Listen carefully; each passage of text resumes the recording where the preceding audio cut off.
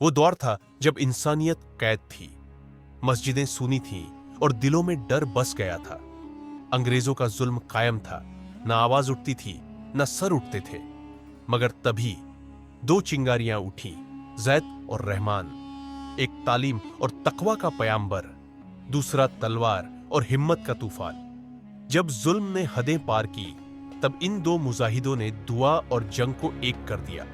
अब ये लड़ाई सिर्फ जमीन की नहीं, ये लड़ाई है ईमान की, आजादी की और इंसाफ की। ये है जंग का शोला, एक इस्लामी जंगनामा, जहां जुल्म मिटता है और हक बुलंद होता है। नूरपुर गांव की सुबह हमेशा की तरह सुकून भरी थी। मस्जिद से फज्र की अजान की आवाज आ रही थी। खेतों में हल्की ओस की बूंदें चमक रही थीं। जायद, एक 25 वर्षीय नौजवान, वुजू कर चुका था और मस्जिद की तरफ बढ़ रहा था। उसके चेहरे पर सादगी और आंखों में ईमान की चमक थी।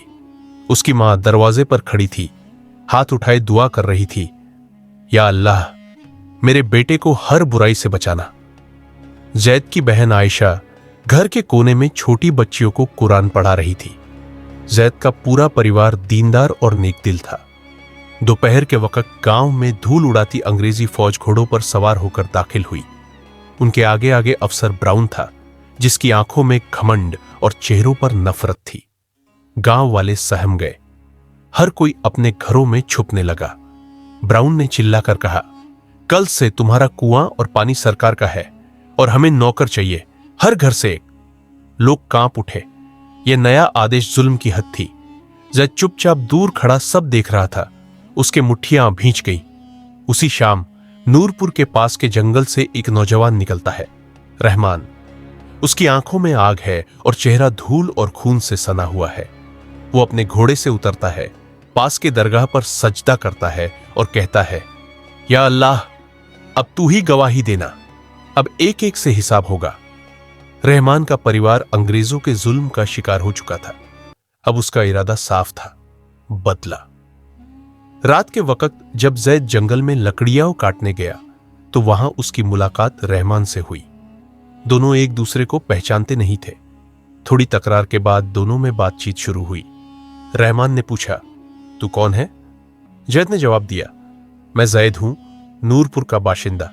अल्लाह पर भरोसा है, इसलिए खामोश हूं।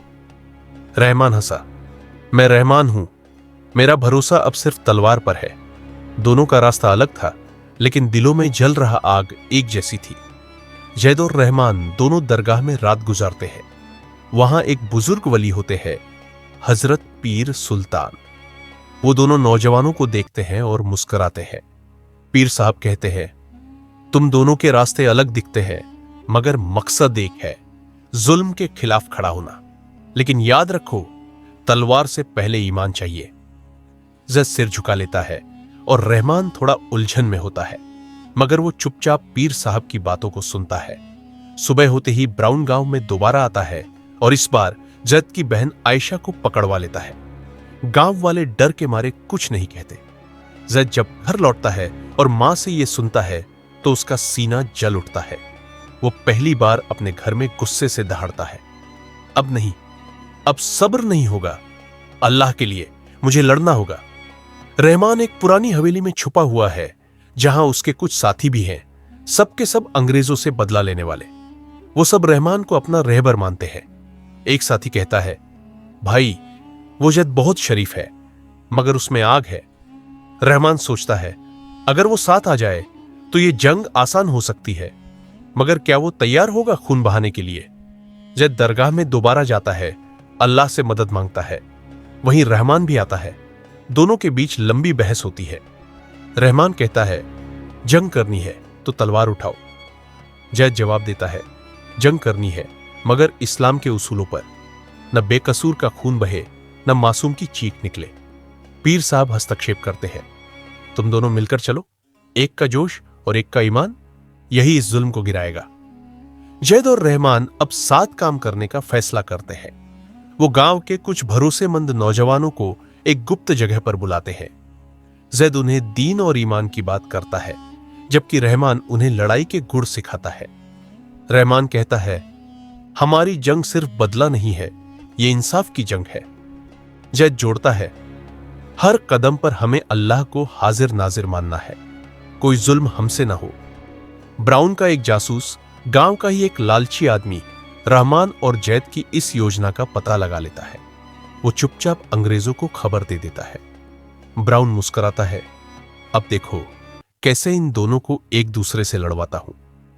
ब्राउन जैद के नाम से रहमान के अड्डे पर हमला करवाता है। रहमान को लगता है कि यह हमला जैद ने करवाया है। रहमान गुस्से में उबल उठता है। वहीं जैद को भी बताया जाता है कि रहमान ने आयशा को छुड़वाने की कोशिश नाकाम की और खुद बच निकला। दोनों के दिलों में शक और दर्द भर जाता है। एक रात जंगल में जैद और रहमान आमने सामने आ जाते हैं। तलवारें निकलती है। दोनों दोस्त एक दूसरे को गद्दार समझकर लड़ पड़ते हैं।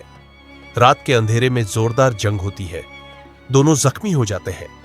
तभी पीर साहब वहां पहुंचते हैं और ऊंची आवाज में कहते हैं, शैतान कामयाब हो गया तुम दोनों को लड़वा कर। दोनों ठिठक जाते हैं। पीर साहब उन्हें सच्चाई बताते हैं। ब्राउन ने चाल चली थी, असली दुश्मन वो है, तुम नहीं। दोनों की आंखों में आंसू आ जाते हैं। तलवारें जमीन पर गिर जाती है और वो एक दूसरे को गले लगा लेते हैं। जैद और रहमान दरगाह में कसम खाते हैं, अब एक होकर लड़ेंगे, न किसी बेकसूर का खून बहाएंगे, न जुल्म सहेंगे। ब्राउन को हराने के लिए एक बड़ा हमला तैयार किया जाता है। अब न सिर्फ तलवारें होंगी बल्कि दुआओं की ताकत भी साथ होगी। रात का अंधेरा घना हो चुका था। जैद और रहमान ने अपने साथियों को 3 हिस्सों में बांट दिया। एक दल मस्जिद के रास्ते से, दूसरा नदी के पार से और तीसरा सीधा किले के गेट से हमला करेगा। हमले से पहले सबने मिलकर नमाज अदा की और अल्लाह से मदद मांगी। रहमान तलवार उठाता है, आज की रात कुर्बानी की है मगर इंसाफ के लिए। जैद कहता है, ना कोई मासूम मरेगा, ना कोई गलत हाथ उठेगा, अल्लाह हमारे साथ है। तीनों दलों ने तय वक्त पर हमला किया। किले के बाहर जोरदार धमाके हुए। ब्राउन की मौत की खबर ब्रिटिश हुकूमत तक पहुंचती है। दिल्ली में बैठा जनरल रिचर्ड लॉरेंस गुस्से से आग बबूला हो जाता है। वो कहता है, एक मामूली गांव ने हमारी नाक में दम कर दिया है, अब पूरा इलाका जलेगा। वो एक बड़ी फौज तैयार करता है, तोपे, घोड़े, अफसर और जासूस। ब्राउन की हार के बाद नूरपुर में शांति लौट आई है। जद मदरसे में बच्चों को पढ़ा रहा है, रहमान गांव में खेतीबाड़ी सिखा रहा है। लोग खुश है, मगर तभी एक बूढ़ा आदमी दौड़ता हुआ आता है। रिचर्ड की फौज पास के शहर में डेरा डाल चुकी है। ये तो तबाही की तैयारी है। जैद और रहमान सबको दरगाह में इकट्ठा करते हैं। गांव के बुजुर्ग, औरतें, नौजवान सब डरे हुए हैं। रहमान कहता है, अगर हम अब पीछे हटे तो जुल्म फिर लौट आएगा। जैद कहता है, मगर इस बार जंग और भी मुश्किल होगी। हमें सिर्फ तलवार नहीं, दिमाग भी चलाना होगा। वो तय करते हैं कि गांव खाली नहीं करेंगे, बल्कि पूरे इलाके के लोगों को इकट्ठा करके एक बड़ी फौज खड़ी करेंगे। इस बार न सिर्फ जंग बल्कि आजादी का आगाज होगा। हर गांव से नौजवान आते हैं, महिलाएं खाना बनाती हैं, बूढ़े दुआ करते हैं और बच्चे पानी लाते हैं। रहमान युद्ध प्रशिक्षण देता है और जैद सबको अल्लाह और इस्लाम की तालीम देता है। नारा बुलंद होता है, ईमान, इत्तेहाद और कुर्बानी। जनरल रिचर्ड अपने खास जासूस विलियम को नूरपुर भेजता है, जो गांव में मौलवी बनकर घुस आता है। वो लोगों को डराने लगता है, तुम्हारे पास बंदूकें नहीं, उनके पास तोपें हैं, ये जंग हार जाओगे। जैद उसे पहचान लेता है, उसे लोगों के सामने लाकर कहता है, जो अल्लाह से डरता है वो फिर किसी और से नहीं डरता। विलियम को गांव से भगा दिया जाता है, लेकिन रिचर्ड को सब खबर मिल जाती है। एक रात अंग्रेजों की फौज पूरे गांव पर धावा बोल देती है। तोपें चलती हैं, आग लगाई जाती है। जैद और रहमान अपने लोगों को सुरक्षित स्थानों पर पहुंचाते हैं, मगर वो खुद लड़ाई में डट जाते हैं। जैद, ये घर हमारा है और इसे बचाना फर्ज है। एक खुले मैदान में आखिरी जंग तय होती है। रिचर्ड अपनी पूरी फौज लेकर आता है, हजारों सैनिक, घोड़े, तोपे। जैद सफेद झंडा उठाकर सामने जाता है और कहता है, अगर जुल्म ही तुम्हारा उसूल है तो आज हम उस उसूल को खाक कर देंगे, अल्लाह की मदद से। फिर नारा लगता है, अल्लाहू अकबर और जंग शुरू होती है। लड़ाई जोरों पर है। गांव के कई नौजवान शहीद हो जाते हैं। रहमान की टांग में गोली लगती है, लेकिन वो लड़ता रहता है। एक मासूम बच्चा जो गांव में पानी लाता था, तोप के पास जाकर बारूद निकाल देता है और अंग्रेजों की एक बड़ी तोप फट जाती है। जद उसके सिर पर हाथ रखकर कहता है, तू आज का सच्चा मुजाहिद है। रिचर्ड मैदान में आता है और खुद जैद से टकराता है। तलवारों की टक्कर होती है। जैद जख्मी हो जाता है, मगर रहमान पीछे से आकर रिचर्ड की तलवार को रोकता है। अंत में जैद अपनी आखिरी ताकत लगाकर रिचर्ड को जमीन पर गिरा देता है और कहता है, जालिम का अंजाम यही होता है, जिल्लत और शिकस्त। अंग्रेज भाग जाते हैं। लोग जश्न नहीं मनाते, बल्कि सब दरगाह पर सजदा करते हैं। जैद कहता है, हमने जीत हासिल की, मगर यह सिर्फ हमारी ताकत नहीं थी, ये अल्लाह की मदद थी। नूरपुर अब आजाद है। गांव में स्कूल, मस्जिद और खेतीबाड़ी फिर से शुरू हो जाती है। रहमान अब बच्चों को बहादुरी सिखाता है और जैद उन्हें कुरान पढ़ाता है। पीर साहब की आवाज गूंजती है, जब ईमान और हिम्मत मिलते हैं तो सबसे बड़ी ताकतें भी झुक जाती हैं।